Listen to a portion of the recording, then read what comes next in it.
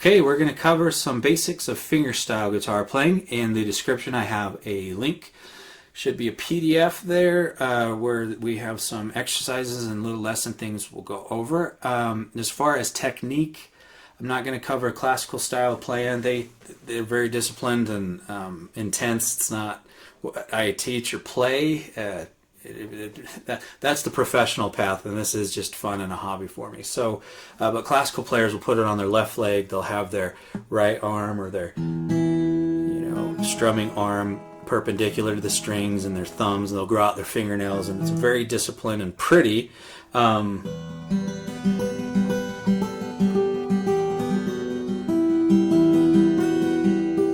I think I prefer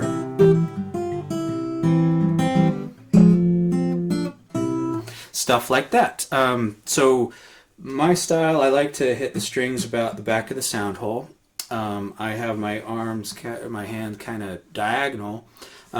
Josh Ritter, some players I've seen where their hands back, and they're clawing back with their hands parallel, I guess, to the strings, and you hear a lot of clawing. It just doesn't feel natural to me. Some people will also never bend that knuckle and the thumb, and I have mine bent. So all this is preference, but this is worked well for me, and it just feels comfortable. So I don't use finger stuff, thumb picks or the banjo things on the fingers. I don't grow the fingernails out. James Taylor does and others do, and I've had my fingernails long before, and it does sound good and great, but it's just, I don't know, not worth the maintenance and upkeep, and it sounds good without it anyway. And then I think that's about it as far as different techniques. So let's get into the lesson book. So page 2 covers naming the fingers.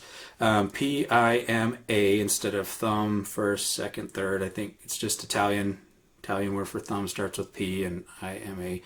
And this book kind of recommends assigning fingers to strings. This is really good and disciplined. You don't have to do it for every song, but it's good to get this foundation. So they recommend for the lower strings, just use your thumb, and then the higher 3 strings, you got your first finger or I on here, and on the 3rd string, second finger, 2nd string, that's the M, and then A, your ring finger on the high E.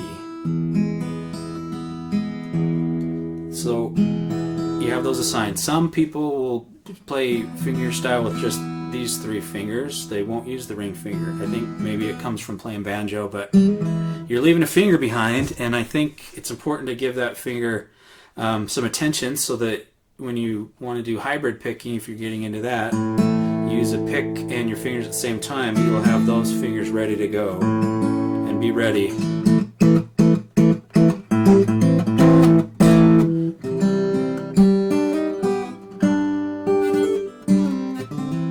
It's the way you play with the pick and your fingers, so now I'm fun hybrid. So I like that this is showing you to use all 3. And so jumping into the exercises, what I'll do, go through each exercise with 3 different chords that kind of cover where your bass note's the E string, and then C chord, your bass note's the 5th, and then D where it's the 4th.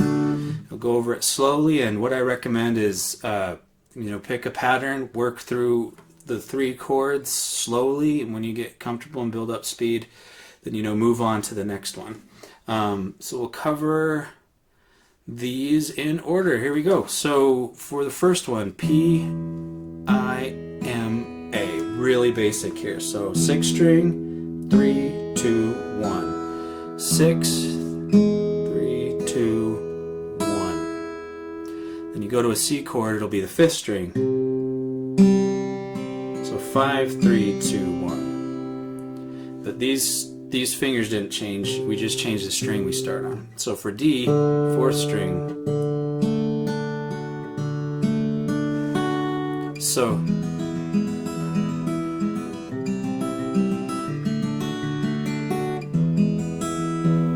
and starting slow is good. It does take time to get the muscle memory to do that and consistently. So get as fast as you want to go, where you're feeling comfortable, and then you can move on to other exercises. So number 2, which is kind of cute. Number 1, you're just going up on the strings. Number 2, you're going up and then down. So 6, 3, 2, 1, 2, 3. On the C chord, 5th string. 5, 3, 2, 1, 2, 3. Messed up on that last one. D chord.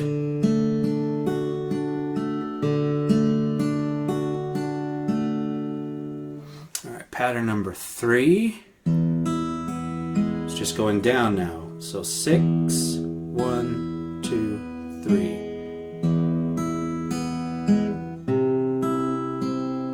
So 5, 1, 2, 3. Then 4, 1, 2,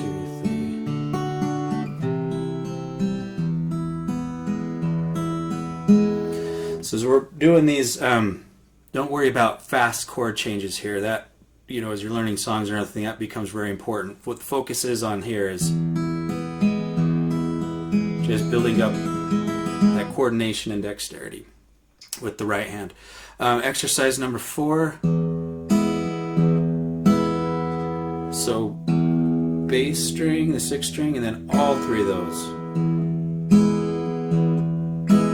With the C, 5th string, and those 3, and D. Alright, pattern number 5, not the greatest copy, but it's just doing all 4 strings, so you got these 3 and that same time.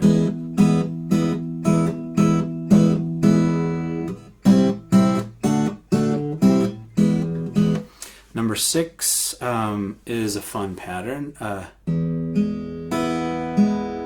So 6th string, 3rd string, and then the 2nd and 1st you do at the same time.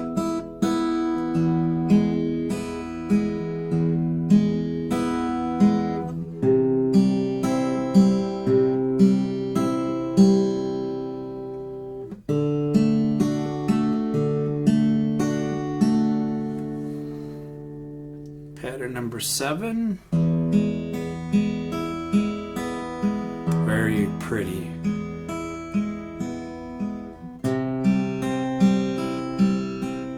So 5, 3, 2, 3, 1, 3, 2, 3.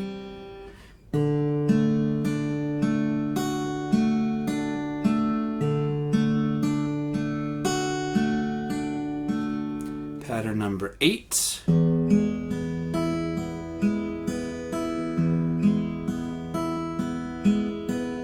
So very similar, I think, to the other ones we've done. That just comes up again.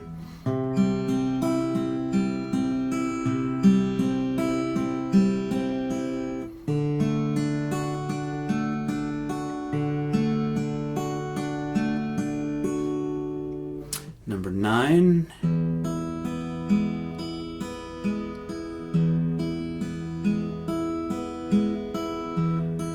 I like that.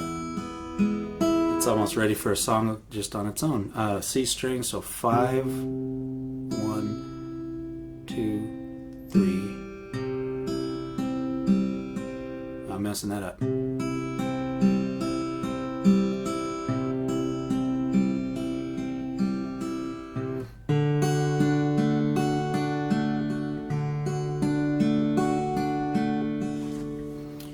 Okay, pattern number 10. Kind of need a nap after that one. Okay. This one, I don't know if it's going to be in any song, but it's tricky, so that means it's good. So 6th string, 1, 3, 1, 2, 1, 3, 1.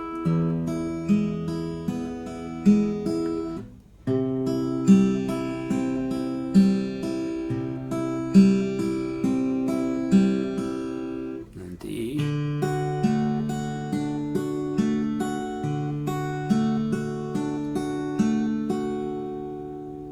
Alright, number 11.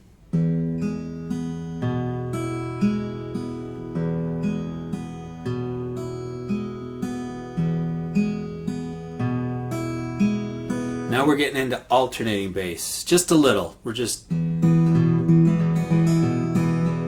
stuff like that. So this is a good exercise to learn to get this alternating bass going. So 6, 3, 2, 5, 1, 3, 2. So with the C, it's going to be 5, 3, 2, 4, 1, 3, 2. And for the D, it'd be 4, 3, 2, then 5. We're going to go down instead of alternating going up a string. It's going to go down. So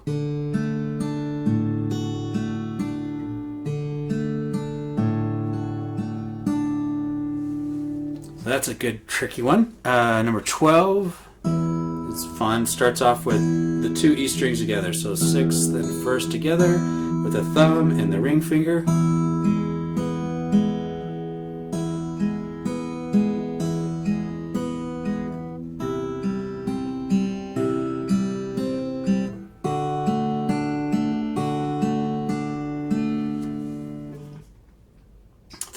Kind of the same start.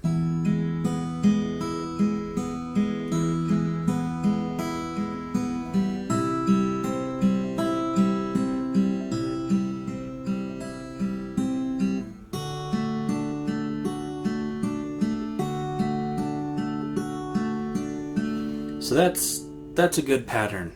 I think there's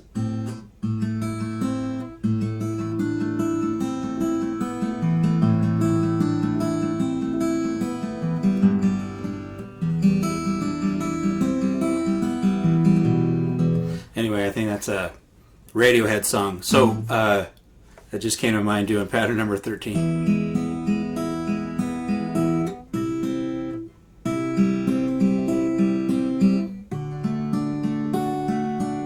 I like that one a lot. All right, number 14.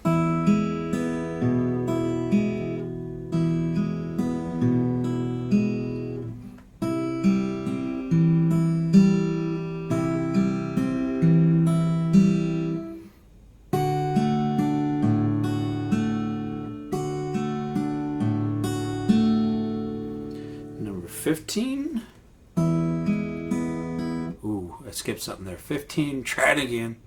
Oh, it's got, so it's kind of straying from it. It's recommending the middle finger for the high E.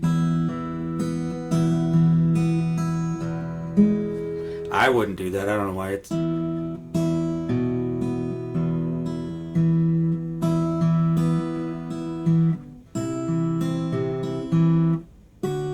don't like that pattern.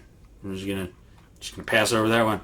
Okay, getting in now, page 4. All right. Okay, top of page 4. What we got here? Arpeggio.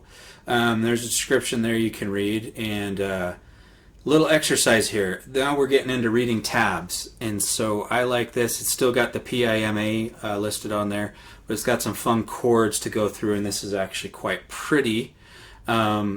And so let's just get into it. So with the C, it's 5th. So 5, 3, 2, 1. You just repeat that. Then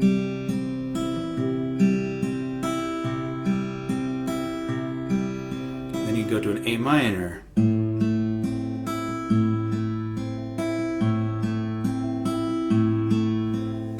Into a D minor.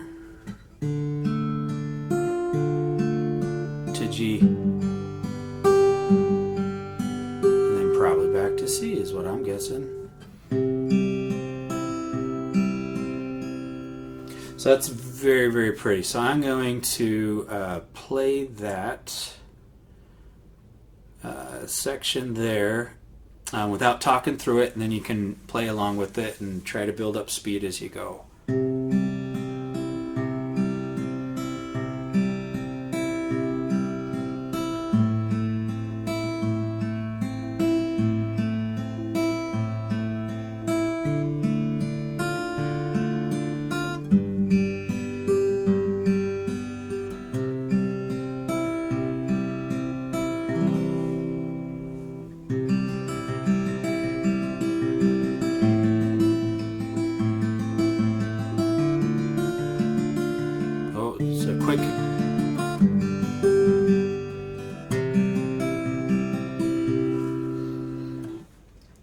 Okay, this one is in a different time signature, so I'm not going to get into a ton of music theory, but you've got songs that are a 1, a 2, a 1, 2, 3, 4, and then you've got songs that are a waltz type of a 1, 2, 3, 1, 2, 3. So the 3/4 timing is the 1, 2, 3. So this is going to sound very similar to the pattern before, just the time is going to sound different.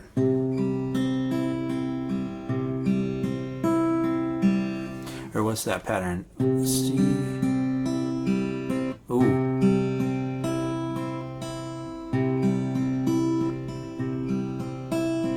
There we go.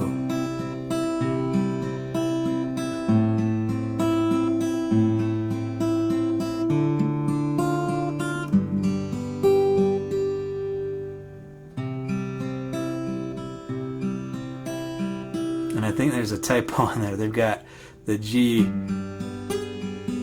4th fret. I think that's a typo on there. Alright, exercise 2. Here we're on page 5. Exercise 2.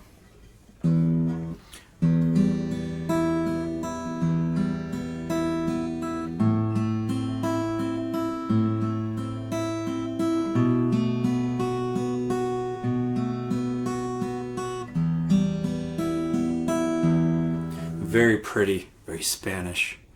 Okay, I think that's all we'll cover now, and then we'll get into page 6 where it's the alternating bass, where shit gets real.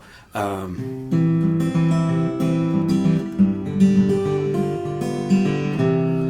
to get into some of that stuff. So until I get around to making that next video, hopefully this was helpful, and work on those exercises. And again, I'd focus on the right hand, not worry terribly about the transitions. Get that right hand comfortable with where those strings are so that muscle memory gets developed, and you get that good foundation. Okay, until next time, keep on rocking. Oh, and shout out to my cousin Ronnie for letting me borrow this for a little while. Beautiful McGillicuddy. Look at that. Perfectly quarter sawn, rich mahogany. I love wood.